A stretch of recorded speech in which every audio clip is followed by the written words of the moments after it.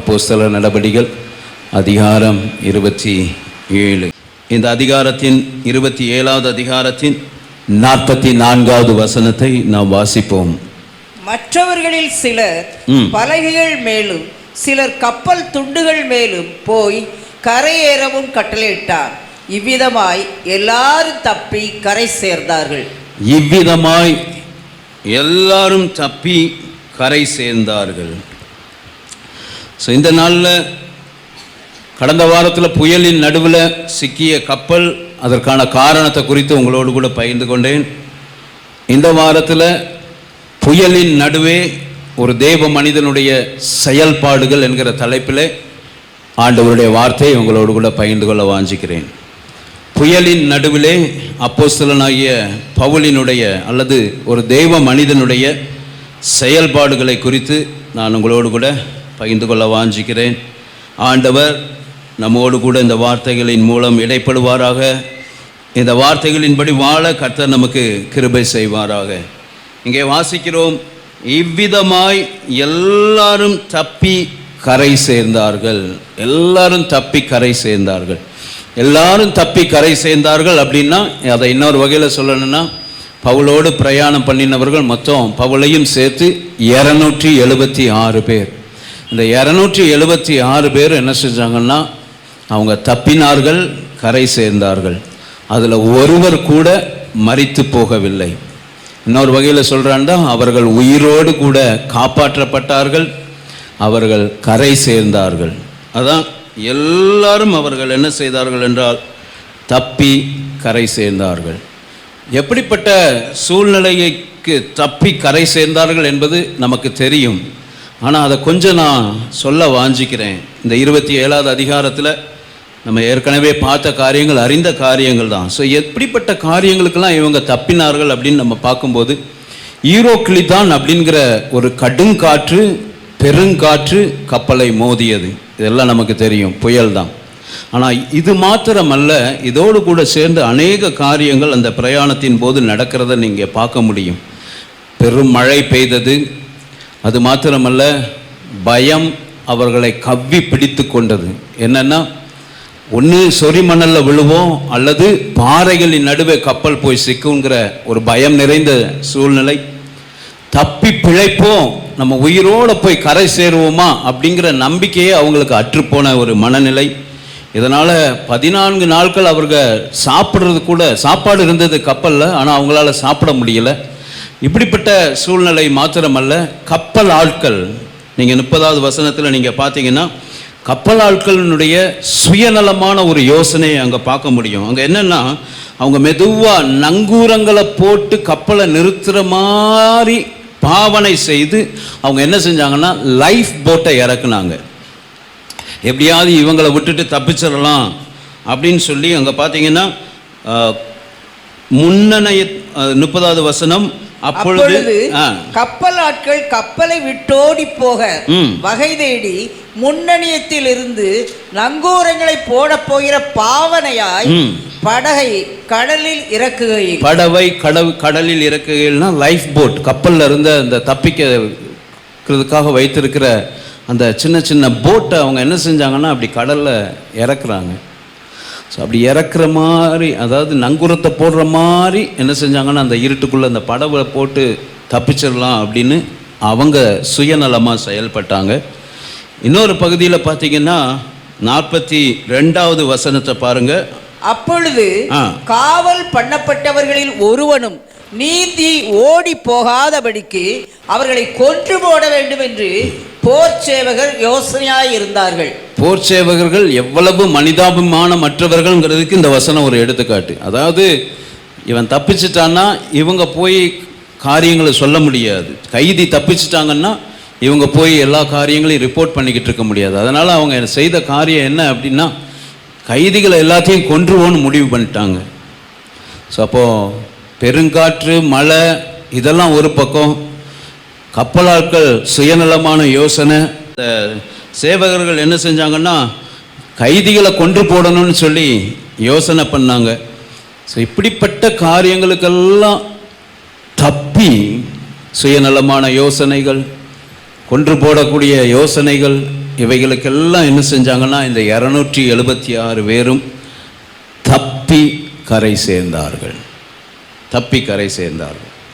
So இப்படி இவங்க தப்பி கரை சேர்வதற்கு காரணம், கடந்த வாரத்தில் புயலுக்குள்ள கப்பல் சிக்கினதுக்கு காரணம் ஒரு தெய்வ மனிதனுடைய ஆலோசனையை அசட்டை பண்ணினதினால. ஸோ இந்த வாரம் நான் சொல்கிறேன், இப்படி 276 பேரும் ஜீவனுக்கு எந்த கேடும் வராமல், பிராண சேதம் வராமல், ஒருவர் கூட மரித்து போகாமல் இந்த ஆபத்தான சூழ்நிலைகளின் நடுவே காக்கப்பட்டு தப்பி கரை சேருவதற்கு காரணம் அவர்கள் நடுவே காணப்பட்ட ஒரு தேவ மனிதனும் அவருடைய வார்த்தைகளும். ஹல்லேலூயா. இவர்கள் இப்படிப்பட்ட ஆபத்துக்கெல்லாம் தப்பி கரை சேர்வதற்கு காரணம் அவர்கள் நடுவே காணப்பட்ட தேவ மனிதனும் அந்த மனிதனுடைய வார்த்தைகளுமே. எனக்கு அருமையானவர்களே, நான் அடிக்கடி இந்த நாட்களில் சொல்லுகிற காரியத்தை மீண்டும் சொல்ல விரும்புகிறேன். அழுத்தங்கள், போராட்டங்கள் நடுவே போகும்போது தான் நம்முடைய சுவாபம் என்ன என்பது வெளிப்படுகிறது. அதைத்தான் நம்ம இங்கே பார்க்குறோம். சுயநலமாக யோசித்தாங்க, கொன்று போடணும்னு கூட யோசித்தாங்க. இப்படிப்பட்ட மனிதர்கள் நடுவே தான் பவுலும் காணப்பட்டார். ஸோ அண்டர் ப்ரெஷர் அவர் கேரக்டர் இஸ் ரிவீல்டு, அவர் ட்ரூ கேரக்டர் இஸ் ரிவீல்டு. நம்முடைய அழுத்தங்களான சூழ்நிலைகளுக்கு நடுவே போகும்போது தான் நம்முடைய உண்மையான சுவாபம் என்ன என்பது வெளிப்படுகிறதா இருக்கிறது. போராட்டங்கள் நாம் எப்படிப்பட்டவர்களாக இருக்கிறோம் என்பதை அது காண்பித்து கொடுத்து விடுகிறது. Crisis shows what a man is made of. ஒரு மனிதன் எப்படிப்பட்டவனாக இருக்கிறான்ங்கிறத நம்முடைய வாழ்க்கையில் வர்ற போராட்டங்கள் காண்பித்து கொடுத்து விடுகிறது. ஸோ அப்படித்தான் இங்கே பவுலினுடைய வாழ்க்கையில் நடந்த இந்த காரியம் அவர் எப்படிப்பட்டவர் என்பதை நமக்கு இங்கு காண்பிக்கிறதா இருக்கிறது. எனக்கு அருமையானவர்களே, 276 பேர், அந்த 276ல் நானும் ஒன்று அப்படின்னு பவுல் இல்லை. அந்த 275 பேருக்கு ஒரு தேவ மனிதனாய் நின்றார். ஹல்லேலூயா. 275 பேருக்கு ஒருவன். 10ல் ஒன்று கிடையாது, 9 பேருக்கு ஒருவனாக இருந்தார். ஸோ இதே போல் நம்முடைய குடும்பங்களில், நம்முடைய சபையில், நம்முடைய பட்டணங்களில் நானும் 100ல் 1 அல்ல, மீதமுள்ள 99 பேருக்கு ஒரு நபராய், ஒரு சபையாய், தேவ மனிதனாய் நிற்க கர்த்தர் கிருபை செய்வாராக. ஹல்லேலூயா. அப்படி வாழ ஆண்டவர் நமக்கு கிருபை செய்வாராக. பவுல் அப்படித்தான் வாழ்ந்தார். ஸோ எனக்கு அருமையானவர்களே, இந்த நாளில் பவுலினுடைய காரியம், இப்படிப்பட்ட புயலின் நடுவே போகும்போது பவுல் எப்படி செயல்பட்டார், இப்படிப்பட்ட போராட்டமான சூழ்நிலைகள் நடுவே போகும்போது ஒரு தேவ மனிதனுடைய செயல்பாடுகள் எப்படிப்பட்டதாக இருக்கும் என்பதை நான் சொல்லி, இப்படிப்பட்ட தேவ மனிதர்களாய் நாமும் காணப்பட ஜெபிப்போம். கர்த்தர் நம்மை ஆசீர்வதிக்கிறவராக இருக்கிறார். நான் சொல்கிற காரியங்கள் எல்லாமே ப்ராக்டிக்கல் லைஃப், அதுக்கு முக்கியமாக தான் நான் உங்களோடு கூட நடைமுறை வாழ்க்கைக்கு அத்தியாவசியமான காரியங்களை உங்களோடு கூட நான் சொல்லி கொண்டு இருக்கிறேன். ஏட்டு சுரக்காய் அல்ல. ஆமாம். அதனால் கேட்குற சத்தியங்கள் அல்லது நீங்கள் வாசிக்கிற சத்தியங்களை அப்படியே ஏனோதானு கேட்டுட்டு போகாமல் நம்முடைய வாழ்க்கையில் வர்ற ஒவ்வொரு சூழ்நிலைகளிலும் அப்பியாசப்படுத்த தேவன் நமக்கு உதவி செய்வாராக. ஹல்லேலூயா. அப்பியாசப்படுத்துங்க. கர்த்தர் நம்மை ஆசீர்வதிப்பார். ஸோ முதலாவது காரியம், தேவ மனிதனுடைய செயல்பாடுகள். அப்போஸ்தலனாகிய பவுல் எவ்வாறு செயல்பட்டார் வாசிப்போம். முதலாவது 22வது வசனத்தை வாசிப்போம். ஆகிலும் திடமனதாய் இருங்கள் என்று இப்பொழுது உங்களுக்கு தைரியம் சொல்லுகிறேன். கப்பற் சேதமே அல்லாமல் உங்களில் ஒருவனுக்கும் பிராண சேதம் வராது. ஆகிலும் திடமனதாய் இருங்கள் என்று இப்பொழுது உங்களுக்கு திடமனதாய் இருங்கள் என்று தைரியம் சொல்லுகிறேன், பவுல் சொல்லுகிறார். ஸோ முதல் காரியம், புயலின் நடுவே பவுல் போன போது அவர் மற்றவர்களை திடப்படுத்தினார். ஆமென். He encouraged. He was an encourager. அவன் உற்சாகப்படுத்துகிற மனிதனாய், மற்றவர்களை திடப்படுத்துகிற மனிதனாய் காணப்பட்டார். அவர் சொல்லுகிறார், திடமனதா இருங்கள் என்று உங்களுக்கு தைரியம் சொல்லுகிறேன். கப்பர் சேதமே அல்லாமல் உங்களில் ஒருவனுக்கும் பிராண சேதம் வராது. பிராண சேதம் வராதுன்னா ஒருத்தர் கூட நீங்க என்ன செய்ய மாட்டீங்கன்னா இந்த சூழ்நிலைகளின் நிமித்தம் சாக மாட்டீர்கள். ஒருத்தர் கூட நீங்க என்ன செய்ய மாட்டீங்கன்னா மரித்து போக மாட்டீங்க. பயங்கரமான சூழ்நிலை, பிழைப்போம் என்கிற நம்பிக்கை அற்றுப்போன சூழ்நிலை. சரக்குகளை தூக்கி போடுறாங்க, கப்பல்ல இருந்த ஃபர்னிச்சர்ஸ் எல்லாம் தூக்கி போடுறாங்க. எங்க இருக்கிறோம், என்ன செய்ய போறோம் தெரியாத சூழ்நிலை. 14 நாட்கள் சூரியனையும் பார்க்க முடியல, நட்சத்திரங்களையும் பார்க்க முடியல. ரோடு பிரயாணம்னா அது வேற, கடல் பிரயாணம். எங்க இருக்கோம் எப்படி இருக்கிறோம் தெரியாத ஒரு சூழ்நிலையில் நடுவே போகும்போது திடனற்று போயிருந்த அந்த கப்பலில் இருந்த 275 பேரையும் பார்த்து ஒரு தேவ மனிதன் சொல்லுகிற காரியம், பயப்படாதிருங்கள், அதாவது திடமனதாயிருங்கள், கப்பர் சேதமே அல்லாமல் உங்களில் ஒருவனுக்கும் பிராண சேதம் வராது. ஸோ ஒரு தேவ மனிதன் இப்படிப்பட்ட சூழ்நிலைகளின் நடுவே போகும்போது அவன் உற்சாகப்படுத்துகிறவனாக இருப்பான். ஆமென். உற்சாகப்படுத்துகிறவனாக இருப்பான். நான் கேட்குறேன், கடைசியாக எப்போ யாரை திடப்படுத்தினீங்க? சரி யோசிச்சு பாருங்க. ஆமாம், எப்போ நம்ம கடைசியில் யாரை உற்சாகப்படுத்தணும், யாரை திடப்படுத்தணும்?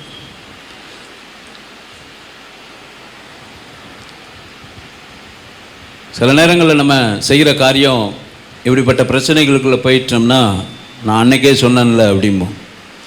நான் சொன்ன மாதிரி செஞ்சுருந்தா தப்பிச்சிருக்கலாம்ல. எப்படி கேட்போம்னா கேலியாக கேட்போம். நான் சொன்னேன்ல, ஐ செட் யூ ஸோ, நான் இப்படி சொன்னேன்ல, நீ அப்பமே செஞ்சுருக்கணும். அவனை சொல்கிறேன், உண்மையான தேவ மனிதர்கள் ஒருபோதும் அப்படிப்பட்ட வார்த்தைகளை சொல்ல மாட்டார்கள். அவனுக்கு சொன்னேன்ல, நான் உனக்கு சொன்னேன்ல. ஸோ இன்றைக்கி தீர்மானம் எடுங்க. எது தீர்மானம் எடுக்கீங்களோ இல்லையோ, நான் உனக்கு அன்றைக்கே சொன்னேன்ல, அந்த வார்த்தையை யூஸ் பண்ணாமல் இருக்க தேவன் நமக்கு உதவி செய்வாராக. இங்கே பவுல் அது எப்படி சொல்கிறாருன்னு நீங்கள் பார்த்தீங்கன்னா 21வது வசனத்தில் பாருங்கள்.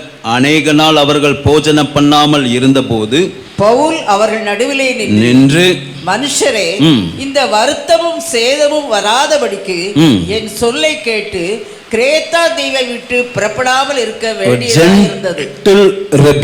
மென்மையாக கடிந்து கொள்ளுகிறார். அன்னைக்கே என்னுடைய பேச்சை கேட்டு நீங்க என்ன செஞ்சிருக்கலாம், புறப்படாமல் இருந்திருக்கலாம். அவ்வளவுதான்.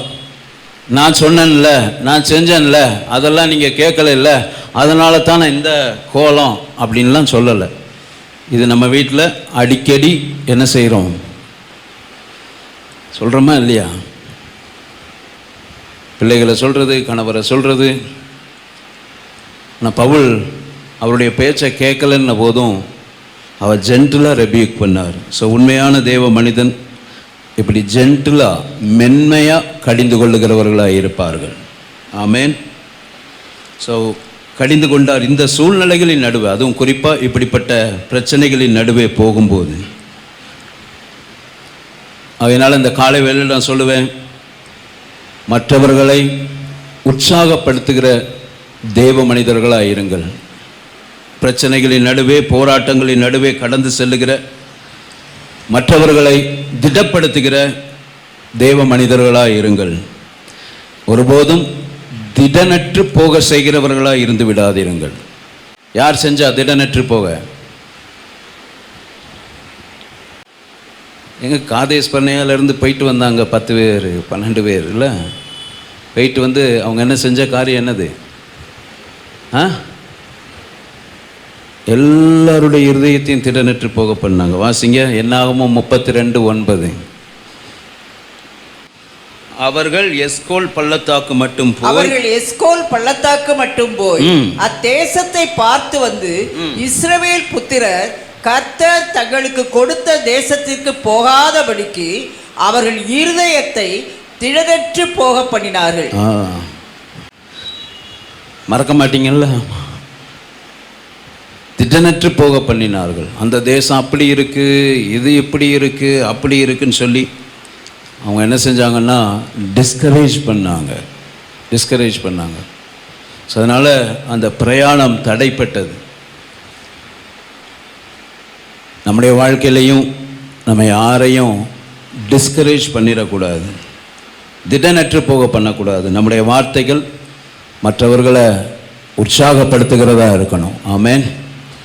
அடிக்கடி நான் சொல்லுகிற ஒரு உதாரணம், நம்ம வாழ்த்தும் போது அவங்க இருதயம் துள்ளுகிறதா இருக்கணும். ஆமென். நம்ம வாழ்த்தும் போது அல்லது நம்ம பேசும்போது அவங்க இருதயம் என்னவா இருக்கணும்?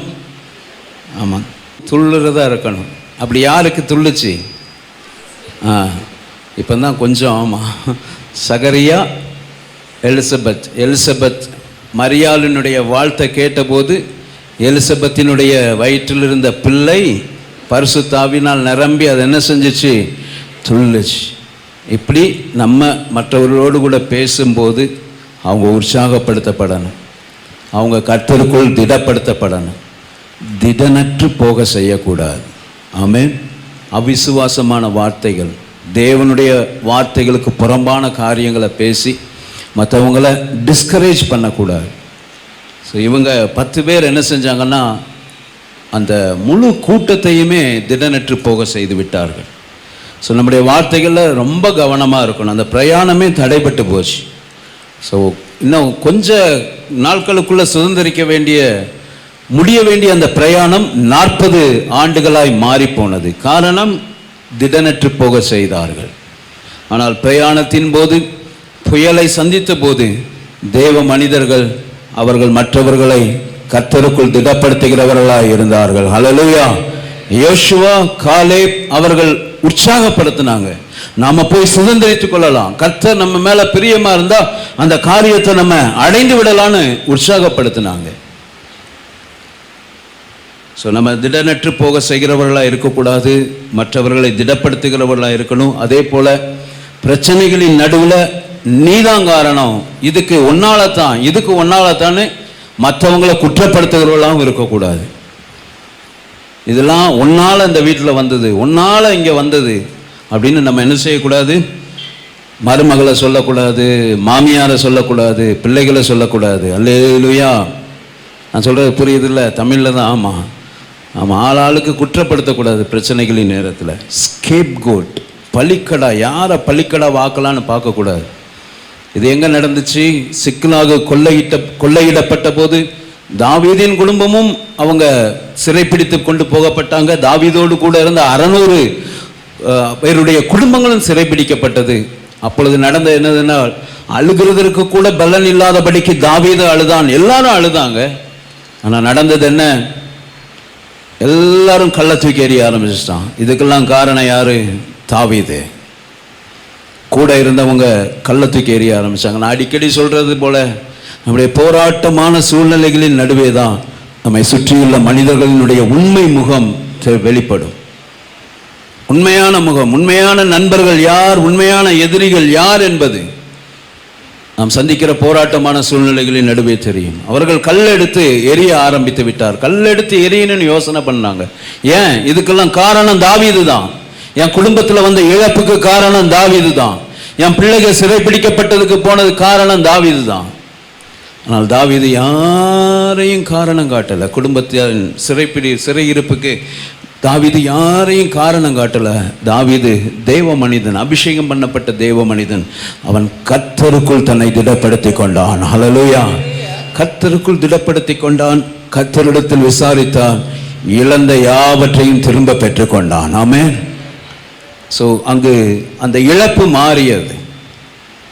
அவன் என்ன செஞ்சானா, கர்த்தருக்குள் தன்னை திடப்படுத்தி கொண்டு தன்னோடு கூட இருந்தவர்களையும் உற்சாகப்படுத்தி அந்த அமலேக்கியரை பின்தொடர்ந்து அங்கு ஜெயத்தை பெறுகிறதை நாம் பார்க்கிறோம். என கருமையானவர்களே, உண்மையான தேவனுடைய மனிதர்கள் அவர்கள் திடனற்று போக செய்ய மாட்டார்கள்.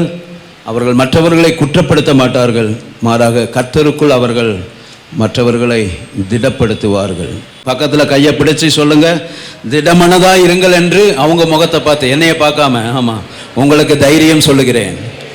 நல்லா இன்னும் சத்தமா திடமனதா இருங்கள் என்று உங்களுக்கு தைரியம் சொல்லுகிறேன். ஆமென். ஹல்லேலூயா. ஆமாம், கடைசியாக எப்போ யாரை திடமனதாக இருங்கள்னு என்கரேஜ் பண்ணீங்க?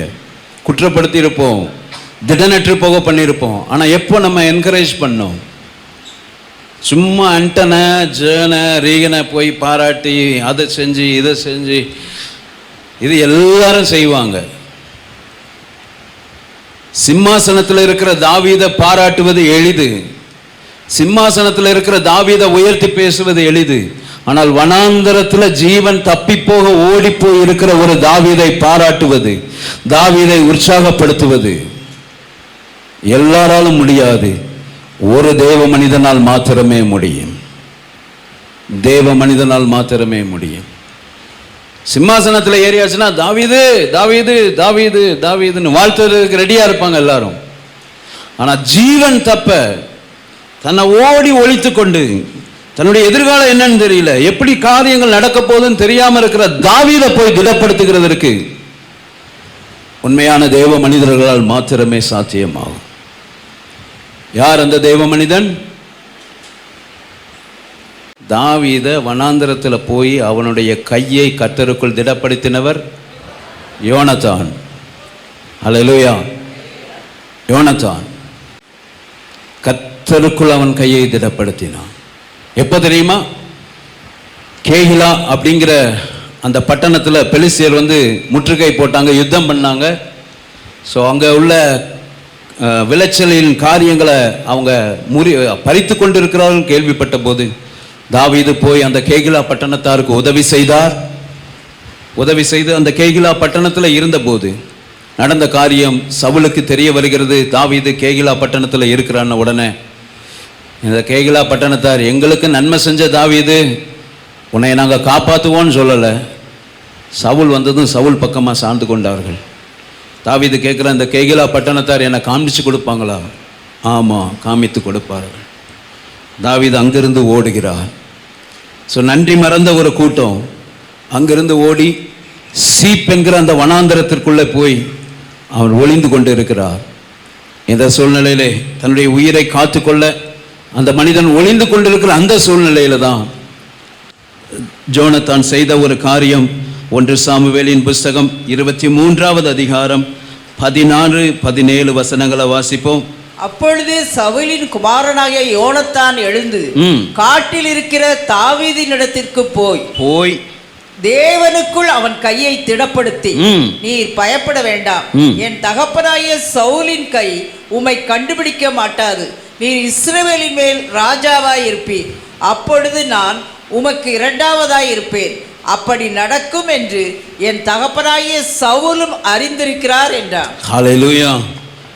ஸோ இது லைஃபே ரிஸ்க் பண்ணுற மாதிரி, யோனத்தான் தன்னுடைய ஜீவனுக்கே கெடுதியை உண்டு பண்ணுற மாதிரி. ஏன்னா சவுல் அப்படின்னு தாவீதுங்கிற பேச்சை சவுலுக்கு முன்னால் எடுத்துட்டாலே முடிஞ்சிச்சு கதை. இதுக்கு முந்தின அதிகாரத்தில் பார்த்தீங்கன்னா ஆசாரியர்கள் இருந்த ஒரு பட்டணத்தையே சவுல் காலி பண்ணார், கொலை செஞ்சிட்டார். ஸோ விருந்து நடக்கும்போது யோனத்தான் தாவீதை குறித்து பேசும்போது சவுல் செய்த காரியம், ஈட்டியை எடுத்து மகன் என்று கூட பார்க்காம எரிந்து கொலை செய்ய முயன்ற மனிதன்.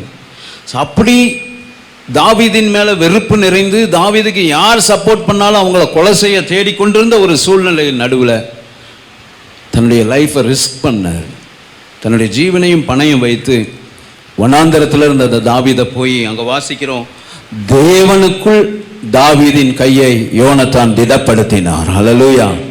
he encouraged, அவனை ஸ்ட்ரென்தன் பண்ணார். நான் கேட்குறேன், கடைசியாக நம்ம தேவனுக்குள்ள மற்றவங்களை எப்போ ஸ்ட்ரென்தன் பண்ணோம்? ஸோ இப்படிப்பட்ட யோனத்தான்கள் நமக்கும் தேவை. ஆமென். அபிஷேகம் பண்ணப்பட்டு சோர்ந்து போய் இருக்கிற நபர்களை கர்த்தருக்குள் திடப்படுத்துகிற யோனத்தான்கள் நமக்கு தேவை. ஸோ இங்கு யோனத்தான் திடப்படுத்துகிறார். என்ன சொல்றார்னா, நீர் பயப்பட வேண்டாம், தகப்பனாகிய சவுலின் கை உம்மை கண்டுபிடிக்க மாட்டாது, இஸ்ரவேலின் மேல் ராஜாவாய் இருப்பீர், நான் உமக்கு 2வதாய் இருப்பேன். கர்த்தருக்குள் திடப்படுத்துகிறத நம்ம பார்க்குறோம். இதே காரியத்துக்கு ஒப்பானது தான் இங்கேயும் நம்ம அப்போஸ்தலர் நடபடிகளையும் வாசிக்கிறோம். பிராண சேதம் ஒன்றும், கப்பற் சேதமே அல்லாமல் பிராண சேதம் வராது. வராது. ஸோ இப்படி தேவ மனிதர்கள் பிரச்சனைகளின் நடுவே சென்றபோது மற்றவர்களை திடப்படுத்தினார்கள், உற்சாகப்படுத்தினார்கள். பவுலினுடைய வார்த்தையை நம்ம மறுபடியும் எடுத்து வைத்துக் கொள்வோம். 27, 22 திடமனதாயிருங்கள் என்று இப்பொழுது உங்களுக்கு தைரியம் சொல்கிறேன். கப்பர் சேதமே அல்லாமல் உங்களில் ஒருவனுக்கும். ஓகே, இப்போ என்னைய பாருங்க, ஒரு கேள்வி. எப்படி என்கரேஜ் பண்ணாங்க? எப்படி இவங்களால தைரியமா இந்த வார்த்தையை சொல்ல முடிஞ்சிச்சு? யோனத்தானும் சரி, பவுலும் சரி, என் தகப்பனாகிய சவுலின் கை உம்மை கண்டுபிடிக்க மாட்டாது, நீ இஸ்ரவேலின் மேல் ராஜாவாய் இருப்பி. இங்க சொல்றாரு, கப்பல் சேதமே அல்லாமல் பிராண சேதம் வராது, உங்களில் ஒருவனுக்கும் பிராண சேதம் வராது, ஒருத்தர் கூட சாக மாட்டீங்க அப்படின்னு. எப்படி என்கரேஜ் பண்ணாங்க? எப்படி இவங்களால என்கரேஜ் பண்ண முடிந்தது? இந்த வார்த்தையை எப்படி சொல்ல முடிந்தது? ரொம்ப ஆழமெல்லாம் யோசிக்காதீங்க. எப்படி முடிஞ்சிச்சு சொல்லலாம், சொல்லுங்க, எப்படி முடிந்தது? கர்த்தர் அவங்களோட பேசின வார்த்தைகள். ஆமென். கர்த்தர் அவங்களோட பேசினார். பவுலோட பேசியிருந்தால், தாவீதை குறித்து அபிஷேகம் பண்ணப்பட்ட போது தேவன் சொன்ன வார்த்தைகளை தான் யோனத்தான் போய் அங்கே சொல்றார். கர்த்தர் பவுலோடு கூட என்ன பேசியிருந்தாரு? நீங்க அடுத்த 2 வசனங்களை வாசிங்க, 23, 24. ஏனென்றால் என்னை ஆட்கொண்டவரும் நான் சேவிக்கிறவருமான தேவனுடைய தூதனானவர் இந்த ராத்திரியிலே என்னிடத்தில் வந்து நின்று, பவுலே பயப்படாதே, நீ ராயனுக்கு முன்பாக நிற்க வேண்டும், இதோ உன்னுடனே கூட யாத்திரை பண்ணுகிற யாவரையும் தேவன் உனக்கு தயவு பண்ணினார் என்றார். எப்படி பவுலால இந்த வார்த்தையை சொல்ல முடிஞ்சது? கப்பல் புயலின் நடுவில் போய்கிட்டு இருக்குது, உங்களில் ஒருத்தரும் சாக மாட்டீங்கன்னு எப்படி சொல்ல முடிந்தது? ஆண்டவர் அவரோடு பேசினார். நீ பயப்படாத, உன்னோடு கூட யாத்திரை பண்ணுகிற யாவரையும் நான் உனக்கு தயவு பண்ணினேன். யாரும் சாக மாட்டாங்க. பவுல், உன்னோடு கூட யாத்திரை பண்ணின ஒவ்வொருவரையும் உனக்கு நான் தயவு பண்ணேன் அப்படின்னு ஆண்டவர் அவரோடு பேசின வார்த்தைகள். நல்லா கவனிங்க.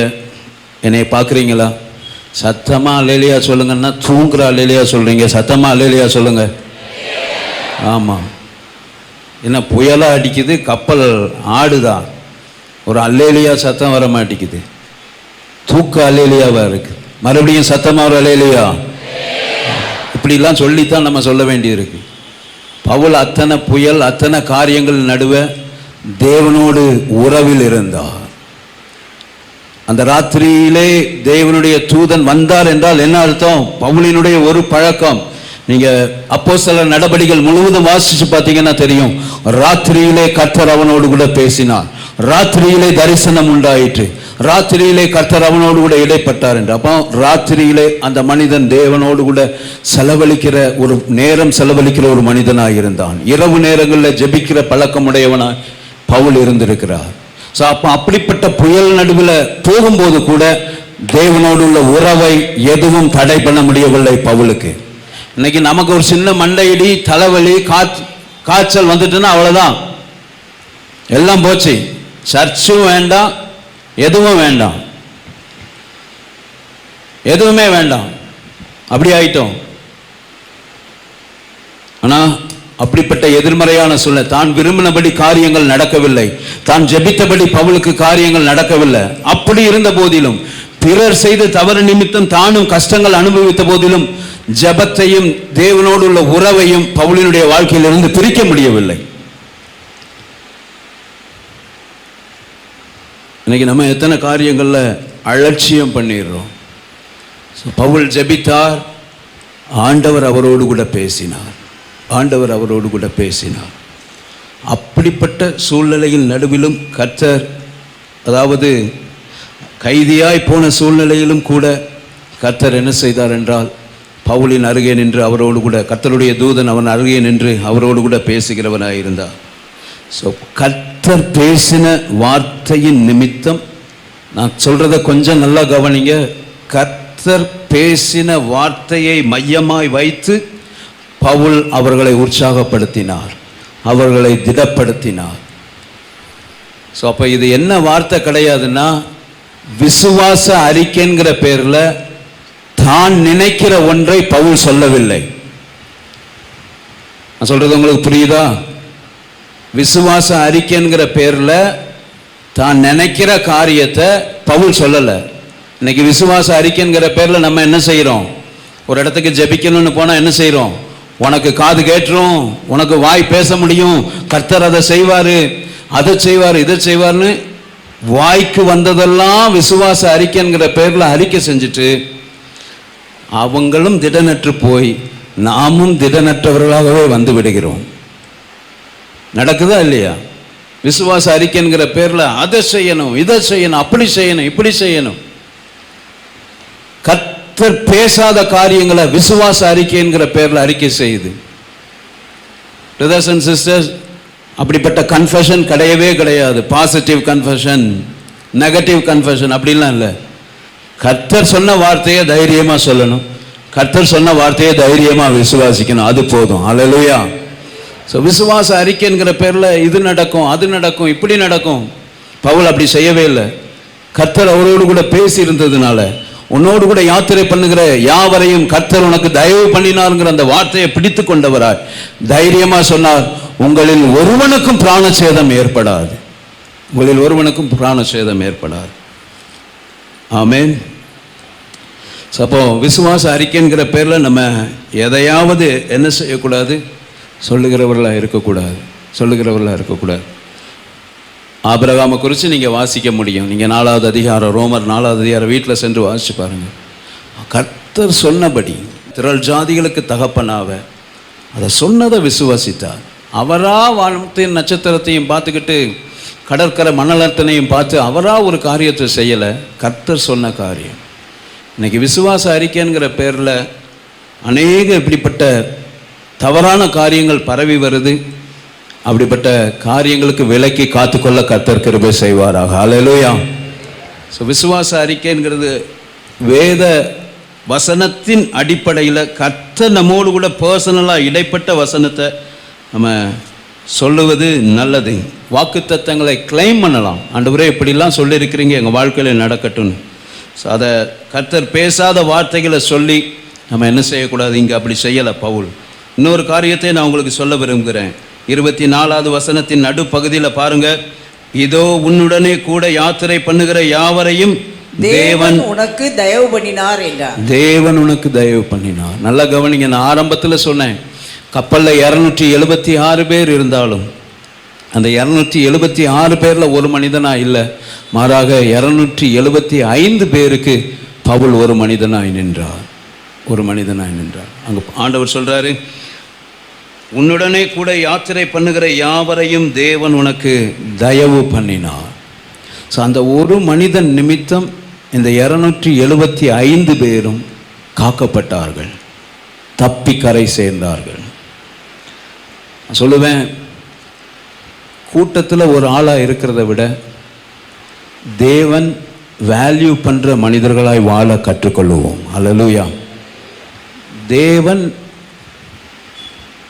உயர்வாய் மதிக்கிற அல்லது தேவனுடைய பார்வையில் விலையேற பெற்ற மனிதர்களாய் வாழ பழகிக்கொள்ளுவோம். இந்த பூமியில் நம்முடைய ஸ்டேட்டஸ் எப்படிப்பட்டதாக இருந்தாலும் பரவாயில்ல. Paul he was a prisoner. அவன் அங்கே ஒரு கைதி, அசட்டை பண்ணப்பட்டு மனிதர்களால் நிராகரிக்கப்பட்டு அப்படிப்பட்ட சூழ்நிலையில் காணப்பட்டார். ஆனால் அந்த மனிதன் நிமித்தம் ஆண்டவர் தயவு பண்ணினார், தயவு பண்ணார். ஸோ ஆண்டவர் வேல்யூ பண்ணுற ஒரு மனிதர்களாய் திருச்சபையாய் நாம் காணப்பட கர்த்தர் கிருபை செய்வாராக. அல்லேலூயா. ஆமென். பூமியில் நம்முடைய பொசிஷன் எதுவாக இருக்கலாம், ஆனால் ஆண்டவர் வேல்யூ பண்ணுற மனிதனாக இருக்கணும். பணக்காரனாக இருந்து தேவனால் மதிக்கப்படாத மனிதனாக இருப்பதை காட்டிலும் இந்த பூமியில் பிச்சைக்காரனாக இருந்து தேவனுடைய பார்வையில் விலையேற பெற்ற மனிதர்களாய் வாழ்வது பாக்கியமான வாழ்க்கை. மறுபடியும் அந்த வார்த்தையை சொல்கிறேன், இந்த பூமியில் ஐஸ்வர்யவானாய் இருந்து தேவனுடைய பார்வையில அற்பமா எண்ணப்படுகிறத காட்டிலும் இந்த பூமியில பிச்சைக்காரனாய் வாழ்ந்து தேவனுடைய பார்வையில் விலையேற பெற்ற மனிதனாய் வாழ்வது மேலான பாக்கியம். அது ஆசீர்வாதமான வாழ்க்கை. அது இந்த பூமிக்கு ஆசீர்வாதமா வாழ்றதுக்கு பொசிஷன் தேவையில்லை, இப்படிப்பட்ட பிரசங்க மேடை, இப்படிப்பட்ட மைக் தேவையில்லை. You can be a prisoner and yet you can be a man who God values. ஆண்டவர் உயர்வாய் மதிக்கிற மனிதர்களாய் வாழ முடியும். அப்படி வாழ தேவன் கிருபை செய்வாராக. தேவன் பார்க்கிற விலையேற, தேவனுடைய பார்வையில் விலையேற பெற்ற பாத்திரமாய் வாழ தேவன் கிருபை செய்வாராக.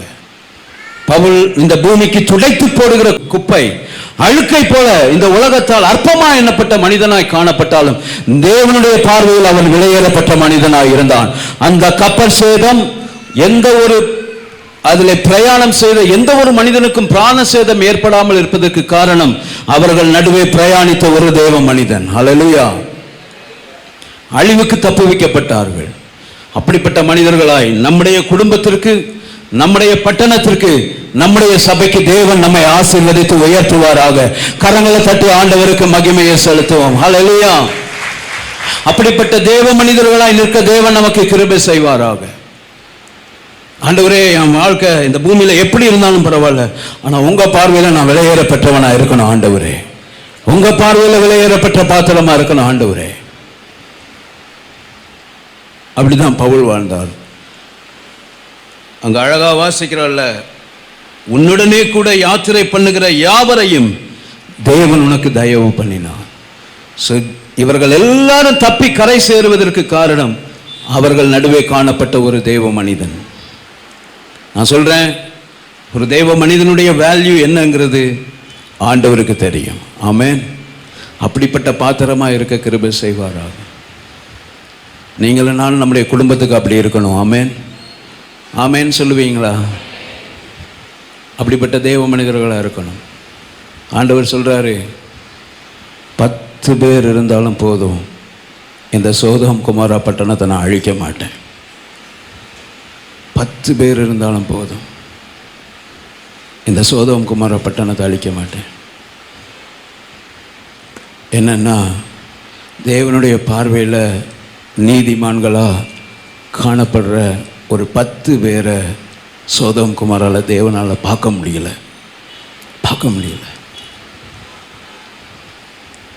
இந்த காலை வேளையில் ஆண்டவர்கிட்ட கேட்பீங்களா, ஆண்டவரே, என் பூமியில் என் பொசிஷன் எப்படி இருந்தாலும் பரவாயில்ல, உங்கள் பார்வையில் விலையேற பெற்ற பாத்திரமா நான் இருந்துடணும் ஆண்டவரே. உங்கள் பார்வையில் விலையேற பெற்ற பாத்திரமா இருந்துடணும். தேவனுடைய பார்வையில் விலையேற பெற்ற பாத்திரமா இருக்கிற மனிதர்கள், அவர்கள் இப்படிப்பட்ட சூழ்நிலைகளின் நடுவே போகும்போது மற்றவர்களை திடப்படுத்துகிறவர்களாக இருப்பார்கள். டீமேஜ். ஹல்லேலூயா.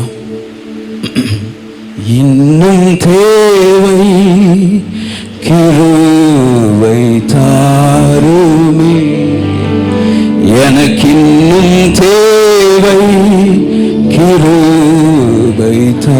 கரங்களை உயர்த்தி உங்க சத்தம் கேட்கட்டும். இன்னும் தேவை தம் கிருபை பெரிதல்லோ, என் ஜீவனிலும் அதே இம்மட்டும் காத்து. கரங்களை உயர்த்தி இன்னும் தேவை தாருமே, எனக்கு இன்னும் தேவை தாருமே, எனக்கு இன்னும் தேவை தாருமே. So be a man who God values. தேவனுடைய இந்த உலகத்தில் அற்பமாக எண்ணப்பட்ட மனிதனாக இருந்தாலும் பரவாயில்ல, உங்கள் பொசிஷன் எதுவாக இருந்தாலும் பரவாயில்ல, உங்கள் நிமித்தம் உங்கள் குடும்பம் ஆசீர்வதிக்கப்படுகிறவர்களாக, உங்கள் நிமித்தம் உங்களுடையவர்கள் அழிவுக்கு தப்புவிக்கப்படுகிறவர்களாக, தேவனால் விலையேற பெற்றவர்களாய் பார்க்கப்படுகிற பாத்திரங்களாய் இருக்க தேவன் நமக்கு கிருபை பாராட்டுவாராக. ஹல்லேலூயா, ஹல்லேலூயா. அழிவுக்கு தப்புவிக்கிற தேவ மனிதர்களாய் நம்மை தேவன் நிறுத்துவாராக. இந்த பட்டணத்தின் அழிவிலிருந்து காப்பாற்றுகிற திருச்சபையாய் நம்முடைய சபையை தேவன் ஆசீர்வதிப்பாராக. அப்படிப்பட்ட தேவ மனிதர்களாய் எழும்ப எல்லாரும் கரங்களை உயர்த்தி, இன்னும் தேவை, வேற்றுமையான எண்ணங்கள் எல்லாம் எங்களை விட்டு அகன்று விடட்டும் ஆண்டவரே. பூமிக்குரிய சிந்தைகள் எல்லாம் எங்களை விட்டு அகன்று விடட்டும்.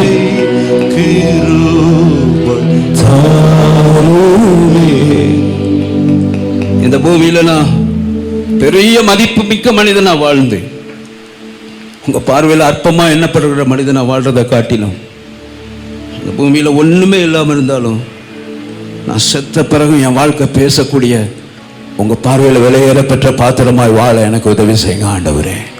ஹல்லேலூயா. லாசருவின் ஜீவியம் இன்றைக்கும் நமக்கு ஒரு சாட்சி. தரித்திரனாகிய லாசருவின் ஜீவியம் நமக்கு ஒரு சாட்சி. அப்படி வாழ தேவன் நமக்கு கிருபை பாராட்டுவாராக. அந்த ஒரு மனிதன் திடப்படுத்தினான். அந்த ஒரு மனிதன் நிமித்தம் தேவன் தயவு பாராட்டினான். எல்லாரும் தப்பி கரை சேர தேவன் கிருபை பாராட்டினான். அப்படிப்பட்ட தேவ மனிதர்களாக எழும்ப தேவன் கிருபை செய்வாராக. ரெண்டாவது, இந்த மனிதனிடத்தில் காணப்படுற ஒரு காரியம் என்னோடு கூட சேர்ந்து வாசிக்கலாம். 27வது அதிகாரம் 25வது வசனம். ஆனபடியினால் மனுஷரே திடமனதாயிருங்கள், எனக்கு சொல்லப்பட்ட பிரகாரமாகவே நடக்கும் என்று தேவனிடத்தில் நம்பிக்கையாய் இருக்கிறேன். எனக்கு சொல்லப்பட்ட பிரகாரமாகவே நடக்கும் என்று தேவனிடத்தில் நம்பிக்கையாய் இருக்கிறேன். ஸோ தேவனுடைய மனிதனுடைய செயல்பாடு, அவன் எந்த சூழ்நிலையிலும் தேவனிடத்திலே நம்பிக்கை உள்ளவனாக இருப்பான். ஹல்லேலூயா. தேவனிடத்தில் நம்பிக்கை உள்ளவனாக இருப்பான். எல்லாரும் பயந்தாங்க. நீங்கள் பவுல் இப்படி என்கரேஜ் பண்ணின பிறகும் அங்கே நீங்கள் 29வது வசனத்தை பாருங்கள். 29வது வசனம். பாறை இடங்களில் விழுவோம் என்று பயந்து போதும். அங்கேயும் பாருங்க, பவுல் இவ்வளவு உற்சாகப்படுத்தினாலும் மறுபடியும் அவங்க என்ன செய்யறாங்கன்னா பயப்படுறாங்க. 30வது வசனம். அப்பொழுது கப்பலாட்கள் கப்பலை விட்டு ஓடி போக வகை தேடி முன்னணியத்திலிருந்த நங்கூரங்களை போட போகிற பாவனையாய் படகில் கடலில் இறக்குகையில். பாருங்க, பவுல் இவ்வளவு தைரியமா சொல்றாரு, எனக்கு சொல்லப்பட்ட பிரகாரமாகவே நடக்கும். யாரும் கப்பல் சேதம் உண்டாகும் ஆனா பிராண சேதம் வராதுன்னு சொல்லி அவங்கள தைரியப்படுத்தி திடப்படுத்தி சொன்ன பின்பும் கூட அவங்க என்ன செஞ்சாங்கன்னா பயந்தாங்க. கப்பலை விட்டு ஓடி போக வகை தேடினாங்க. பவுல் என்ன செய்யலைன்னா தன்னுடைய நம்பிக்கையில் கொஞ்சம் கூட அசைவில்லாதவராக இருந்தார். தைரியமாக சொன்னார், எனக்கு சொல்லப்பட்ட பிரகாரமாகவே நடக்கும் என்று தேவனிடத்தில் நம்பிக்கையாக இருக்கிறேன். ஹல்லேலூயா, ஆமென். நம்முடைய ஆண்டவர் சொன்னதை செய்கிற நல்ல ஆண்டவராக இருக்கிறார். ஹல்லேலூயா. கரங்களை தட்டி ஆண்டவருக்கு மகிமை செலுத்துவோம். நம்முடைய வாழ்க்கையில எதை வாக்கு பண்ணினாரோ அதை நிறைவேற்றுகிற நல்ல ஆண்டவராக இருக்கிறார். ஆமென். So if you are faithful to God, if you are a faithful servant of God, நீங்கள் தேவனுடைய பார்வையில் உண்மையாக வாழ்ந்தீங்கன்னா, நான் ஒரு காரியத்தை உற்சாகப்படுத்தும்படி சொல்கிறேன். உங்களை கொண்டு தேவன் இந்த பூமியில் நிறைவேற்றி முடிக்கிற வேலை முடியும் வரை உங்கள் பிராணனுக்கு சேதம் வராமல் காக்கிற நல்ல ஆண்டவராக இருக்கிறார். கரங்களை தட்டி ஆண்டவருக்கு மகிமையை செலுத்தும். ஹல்லேலூயா. நிறைய பேருக்கு மரண பயம், அது வந்துருமோ இது வந்துருமோ, இப்ப செத்துருவோம் அப்ப செத்துருவோமோ. இல்லை, நான் சொல்றேன், நம்ம கொண்டு முடிக்க வேண்டிய வேலை இந்த பூமியில இருக்கும் வரை நம்முடைய பிராணனுக்கு சேதம் வராமல் காக்கிற நல்ல ஆண்டவராக இருக்கிறார். ஹல்லேலூயா. பவுலினுடைய வேலை நிறைவேறும் வரை அவருக்கு சேதம் வராதபடி கர்த்தர் காத்தார். தைரியமா சொல்றாரு, எனக்கு சொல்லப்பட்ட பிரகாரமாகவே நடக்கும் என்று தேவனிடத்தில் நம்பிக்கையாக இருக்கிறேன். ஸோ இப்படி பயந்து கப்பலாட்களும் என்ன செஞ்சாங்கன்னா அந்த லைஃப் போட்டை இறக்கி ஓடணும்னு நினைக்கிற அந்த சூழ்நிலையிலையும் மறுபடியும் பவுல் என்ன செய்யலைன்னா சும்மா இருக்கல. பவுல் சொல்றாரு, அங்க வான் பண்றாரு. 31வது வசனத்துல யாரும் நூற்றுக்கு அதிபதியையும் சேவகரையும் நோக்கி, இவர்கள் கப்பலில் இராவிட்டால் நீங்கள் தப்பி பிழைக்க மாட்டீர்கள் என்றார். அங்கேயும் அவங்கள வான் பண்றாரு, யாரும் போக கூடாதுன்னு சொல்லிட்டு. நல்லா பாருங்க, எனக்கு சொல்லப்பட்ட பிரகாரமாக நடக்கணும் பிரசங்கம் மாத்திரம் பண்ணல, நான் பிரசங்கித்ததின்படி வாழ்ந்து காமிச்சார். நான் தான் சொல்றேன், முதலே சொல்றேன், நடைமுறை புஸ்தகம். He was a practical Christian. என்ன செஞ்சார் தெரியுமா? அடுத்து 33வது வசனம், பொழுது விடுகையில் எல்லாரும் போஜனம் பண்ணும்படி பவுல் அவர்களுக்கு தைரியம் சொல்லி, நீங்கள் இன்று 14 நாளாய் ஒன்றும் சாப்பிடாமல் பட்டினியாய் இருக்கிறீர்கள், ஆகையால் போஜனம் பண்ணும்படி உங்களை வேண்டிக் கொள்கிறேன். நீங்கள் தப்பி பிழைப்பதற்கு அது உதவியாய் இருக்கும். உங்கள் தலையிலிருந்து ஒரு மயிரும் விழாது என்றார். தெய்வ மனிதர்களுடைய வேலை சில நேரத்தில் சாப்பிடாதவங்களையும் சாப்பிட வைக்கிறது, சாப்பிடாதவங்களையும் நடந்திருக்கிறது தான் சொல்கிறோம். ஆமாம், தெரியும் உங்களில் நிறைய பேருக்கு. சாப்பிடாதவங்களையும் சாப்பிட வைக்கிறது ஊழியக்காரங்களுடைய வேலையாகி போச்சு. இங்கே Pavul he was a very practical. என்ன சொல்கிறாருன்னா, எல்லோரும் சாப்பிடுங்க, 14 நாள் சாப்பிடாமல் இருக்கும், சாப்பிடுங்கன்னு சொல்லிட்டு அவர் வாட்டுக்கு இருக்கலை, அவர் வாழ்ந்து காமிச்சார். எப்படின்னா, அந்த அப்பத்தை எடுத்தார், அதை எல்லோருக்கும் முன்பாகவும் தேவனை ஸ்தோத்தரித்து அதை பிட்டு புசிக்க தொடங்கினார். எல்லாரும் சேர்ந்து அந்த வசனத்தை வாசிச்சிருவோம். இப்படி சொல்லி அப்பத்தை எடுத்து எல்லாருக்கும் முன்பாகவும் தேவனை ஸ்தோத்தரித்து அதை பிட்டு புசிக்க தொடங்கினார்.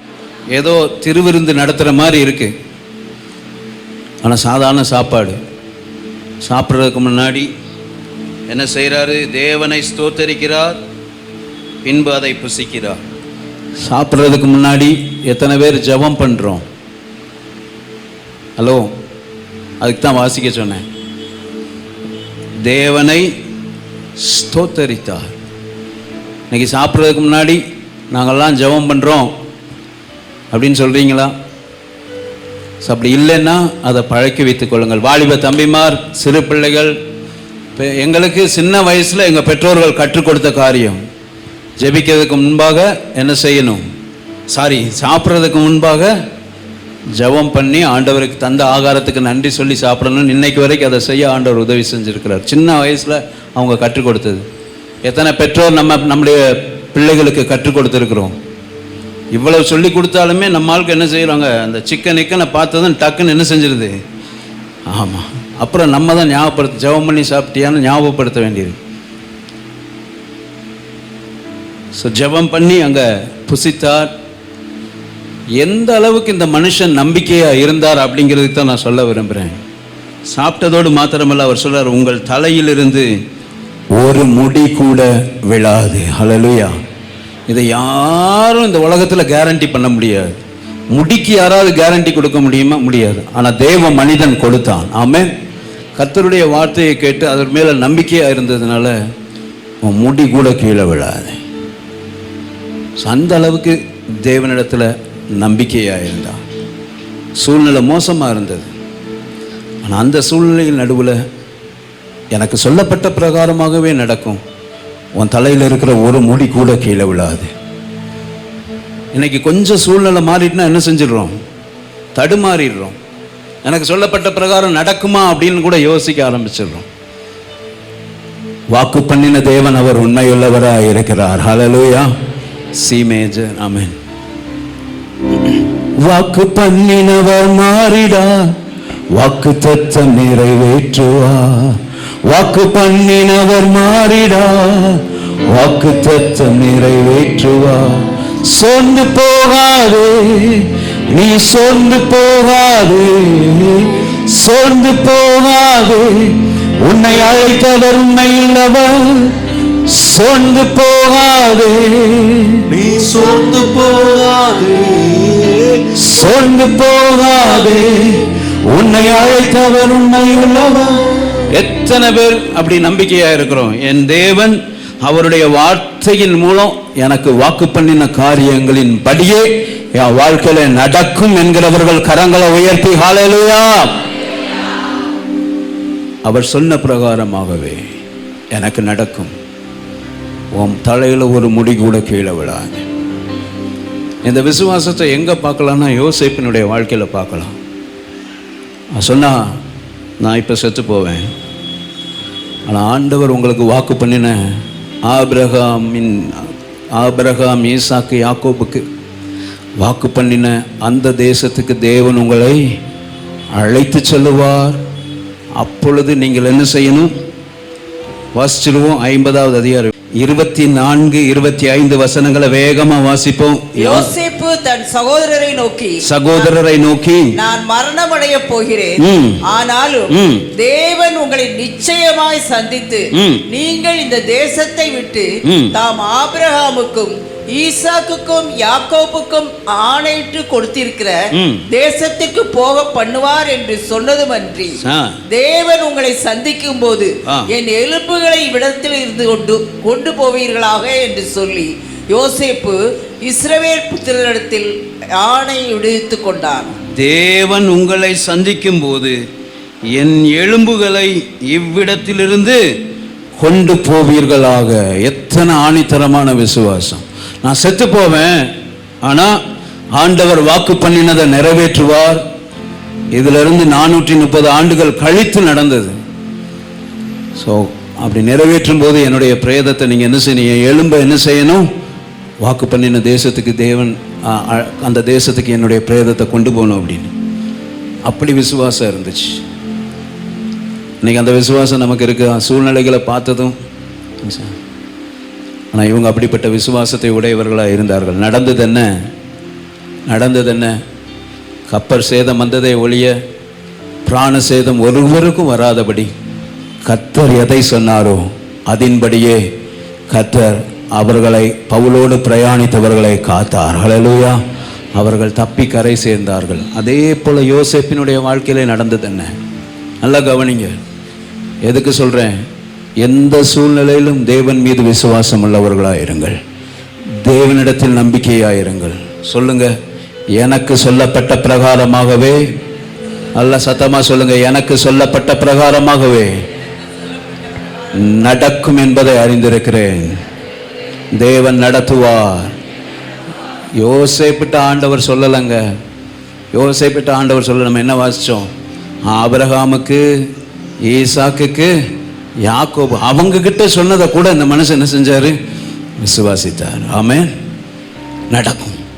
நடந்தது என்ன தெரியுமா? பிரேதமாய் எகிப்திலிருந்து புறப்பட்டவன் விசுவாசத்தோடு கூட மரித்து பிரேதமாய் எகிப்திலிருந்து புறப்பட்டவன் தேவன் வாக்குத்தத்தம் பண்ணின கானான் தேசத்தை சுதந்தரித்துக் கொண்டான். ஆனால் விசுவாசம் இல்லாமல் உயிரோடு கூட பிரயாணித்தவர்கள் பிரேதமாய் கூட சுதந்தரிக்க முடியவில்லை. வனாந்தரத்திலே அழிக்கப்பட்டு போனார்கள். ரெய்னார்ட் போங்கே அநேக ஆண்டுகளுக்கு முன்பாக சொன்ன காரியம். பிரேதமாய் விசுவாசத்தோடு மரித்து பிரேதமாய் புறப்பட்டவன் அவன் எங்கே போய் சுதந்திரித்துக் கொண்டான்? கானானை சுதந்திரித்துக் கொண்டான். ஆனால் உயிரோடே புறப்பட்டவர்கள் போகிற வழியிலே பிரேதங்களாய் மாறிப்பானார்கள். காரணம் அவநம்பிக்கை, அவிசுவாசம். கருமையானவர்களே, எந்த சூழ்நிலையிலும் தேவனிடத்திலே நம்பிக்கையாக இருக்க கற்றுக்கொள்ளுவோம். ஆமென். தேவனுடைய மனிதர்கள் அப்படித்தான் வாழ்ந்தார்கள். புயலின் நடுவில் உற்சாகப்படுத்தினார், நம்பிக்கையாக இருந்தார். நடந்தது என்னவென்றால் அவரோடு கூட பிரயாணித்தவர்கள் எல்லாரும் தப்பி கரை சேர பவுல் காரணமாக இருந்தார். இதே போல் நம்முடைய வாழ்க்கையில் நம்முடையவர்களுக்கு நாம் விளங்க, ஒரு தெய்வ மனிதர்களாய் விளங்க, பிறரை அழிவி நின்று தப்பி கரை சேர்க்கிறவர்களாய் காணப்படுகிற தெய்வ மனிதர்களாய் தேவன் நம்மை ஆசீர்வதிப்பாராக. ஹல்லேலூயா. இருக்கிற இடங்கள் எல்லாரும் முழங்கால் படியிடுவோம்.